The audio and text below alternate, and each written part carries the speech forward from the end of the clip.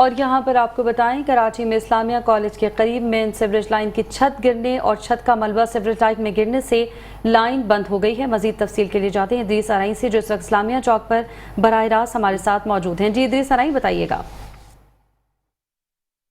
بالکل جی، میں اس وقت اسلامیہ چوک پہ موجود ہوں اور میں آپ کو بتاؤں کہ جو مین سیوریج لائن ہے اس کی چھت گرنے کی وجہ سے جو ہے وہ لوگوں کو بہت زیادہ شدید مشکلات کا سامنا ہو گیا۔ میں آپ کو تھوڑا سا کیمرہ مین رشید علانہ دکھائیں گے کہ مسلم سوسائٹی سے جو بالکل ادارہ نوریہ کے بیک سائڈ پہ اور پیپلز چوک سے جو بیک سائڈ پہ مزار قائد سے جو علاقہ ہے اس کی پوری جو مین سیوریج لائن ہے وہ یہاں سے آتی ہوئی جو گرو مندر کی طرف جا رہی ہے، تو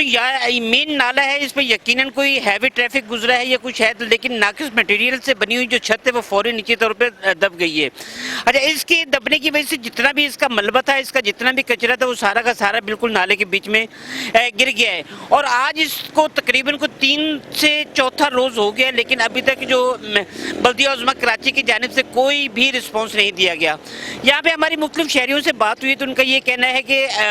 بلدیہ عظمیٰ کراچی کی بالکل یہ ایک نااہلی ہے کہ ایک مین شاہراہ جو بالکل ایک طرف سے گرو مندر سے روڈ آ رہا ہے، دوسری طرف مزار قائد اور مسلم سوسائٹی، ایک طرف سے اسلامیہ کالج اور مین یونیورسٹی سے روڈ کو یہ روڈ جو ہے وہ ٹچ کرتا ہے، لیکن حکومت کی جو بالکل ایک نااہلی کی باعث جو ہے وہ ابھی تک یہ سیوریج لائن کو آج 3را روز ہو گیا، اس کی چھت گری ہوئی، لیکن ابھی تک کوئی اٹھانے کے لیے نہیں آیا۔ ہمارے یہاں پہ مختلف شہریوں سے بات ہوئی تو ان کا یہ کہنا ہے کہ خدارہ بلدیہ عظمیٰ کراچی کی جو اہم افسران ہیں اور خاص طور پہ میئر کراچی مرتضیٰ وہاب صاحب وہ اس طرف توجہ دیں، اور یہ تقریباً